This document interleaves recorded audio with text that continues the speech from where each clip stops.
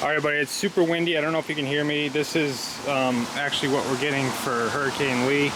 It's a beautiful sunny day with a lot of wind. That's it. So I'm going to take advantage of it. I thought I was going to get rained out, which is why I have all of my plants on my patio, which I'm so glad I did because it is pretty darn windy. But I moved this California juniper into this pot last night before any of the wind started or anything. So I pulled it out of this pot. Now it looked like someone had just dug it up and threw it in here. It was only about this far up, the soil level, and it was pushing against this side, shaping it into like an oval. Like the whole side of it was, over here was just leaning on the side of this pot. And what I did was I just lifted it out, because it literally looked like someone just plopped it in there. It wasn't tight in there or anything. I just lifted it out, filled the bottom of this pot up to about here with soil, put it in here, and I put it over to the edge because of how it hangs over. And then I just filled around it with my soil. And what I did when I was watering it this morning, I found that all the water would seep right through here, no problem, where I put my soil. But on this side, the soil that they used is like pure mud. It's just like, I mean, it's literally like mud. You can pack it into a ball and the water wouldn't go through. It would just sit there and puddle, and it took minutes, like actual minutes, for it to even start to move at all. So because of that, and because of like the health of the tree, I mean, I'm sure this is a healthy tree, but it looks like there's a lot of dead branches. To me, that kind of indicates that something's going on.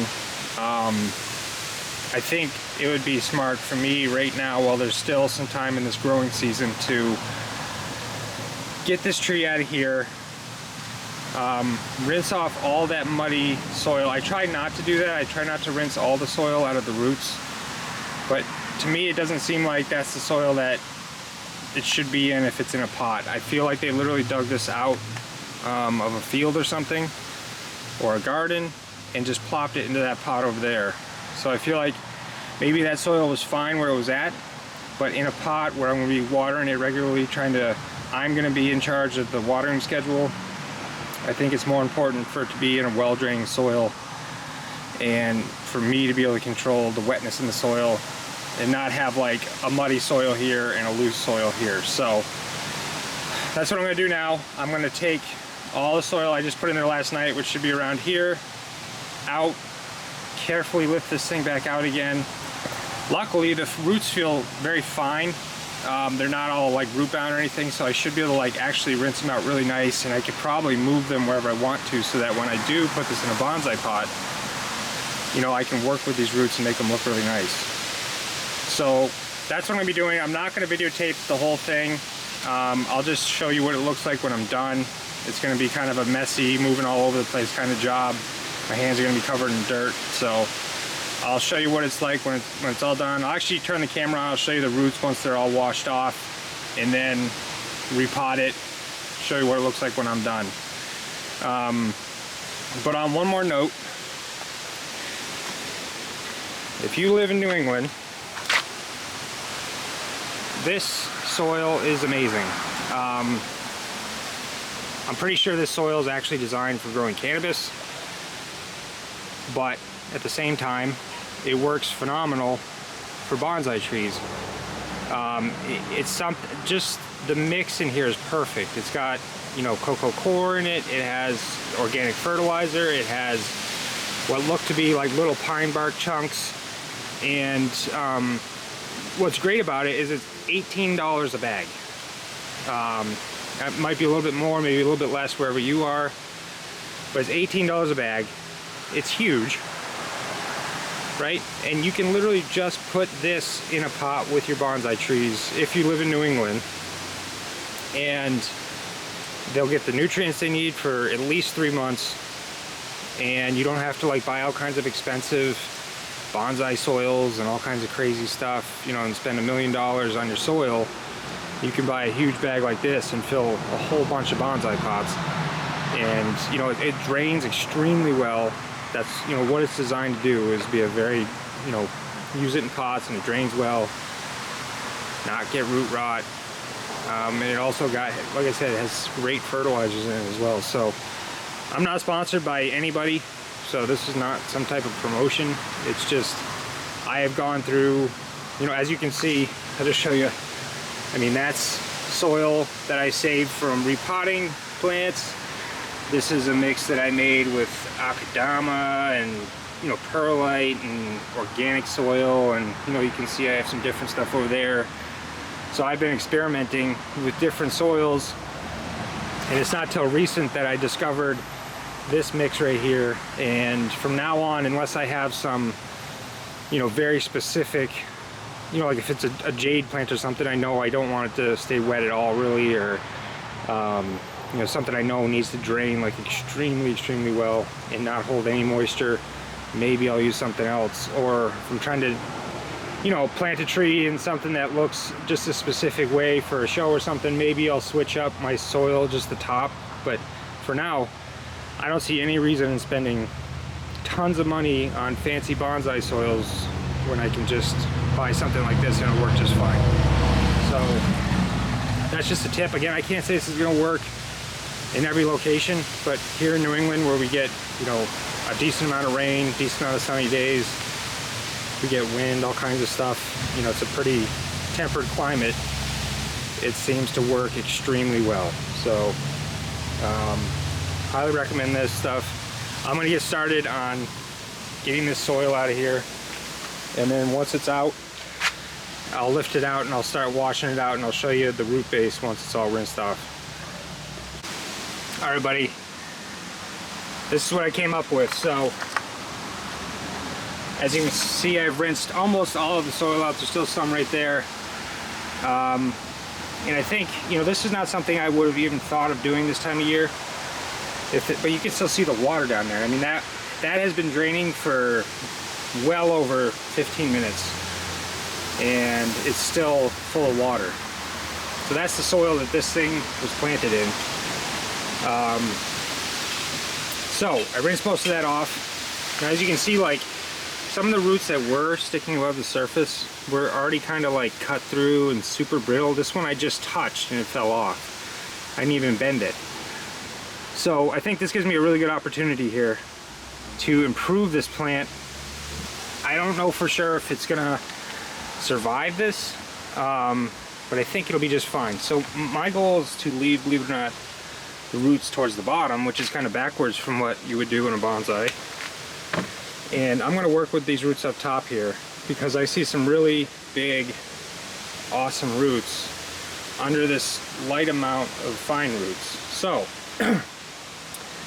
I think what I can do, because I have so many roots under there, so many roots down there, that I can actually carefully go through this, untangle it, and trim a few of these off so that I can reveal the bigger roots underneath, replant this thing so those are exposed, and then let these roots kind of grow back underneath the tree for a couple years in soil that drains very well, and I can get some nutrients in and let this tree kind of recover, and then that'll allow me to have a really cool looking root base for when I decide to put this thing in a bonsai tree.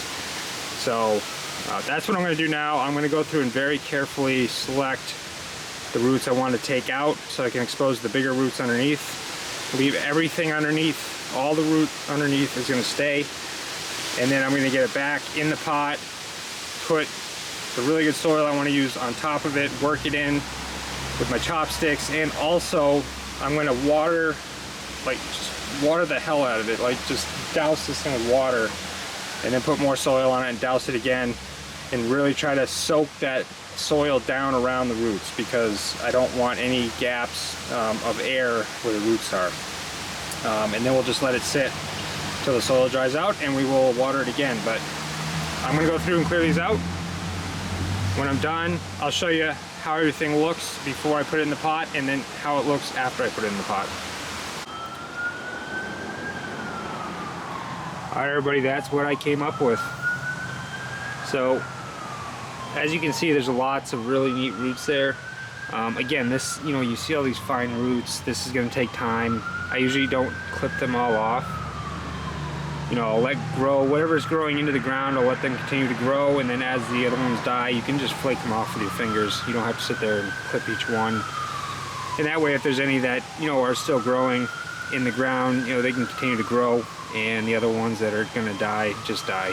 So what's cool about this is I did it kind of backwards from any other bonsai tree you normally do, and I left all of the lower roots. So what I did was I actually kind of tilted the tree up, buried the lower roots, and I used my my chopsticks, kind of cleaned the, you know, got all the dirt down into those roots, and then I flopped the tree up on its side kind of, and I kind of started packing the dirt underneath the root base and getting it worked into the roots before I even set the tree in. And then I filled up to the level I wanted, set the tree down, filled around it, used my chopsticks to get it in, filled around some more, washed it all down, filled a little bit more, washed it down, did a little bit more trimming and maneuvering of the roots, washed it down again, put some more dirt in, washed it again. And I had to put this stick in here. This is gonna have to stay here for a while. Probably gonna even secure it to this with some wire, because this tree is so long and this hasn't had time to like set roots into this pot yet that it just wants to tip down, and that's not the position I want it in. So I want it to stay just like this. So I'm going to secure this log to the tree probably for at least a year. Let these roots really set into this pot, and then once they're all set in there, I can go ahead and remove that log. But that's it, folks. And this is that soil. So I don't know if you can see it, but it's lots of, you know, you got your pine bark, you got your cocoa core in there, you can see those fine fibers. There's the organic matter, you got perlite. Just put it close here. So this is what it looks like. It's not regular potting soil, everybody. I mean, most potting soils that I bought don't have pine. Alright, everybody, I don't have much memory left, but I just had to clear out a video so I could just tape this. But anyways, that's what it looks like now. I just showed you that soil. Really great stuff if you're just looking for either potting soil or a bonsai soil, if you're in, you know, a really good temperate climate. And this is the stuff the tree was in. That has been draining for over 40 minutes now, and it still has water on top. It's literally just mud. And that's why I did this. Like, normally I would never repot a tree like that at the, you know,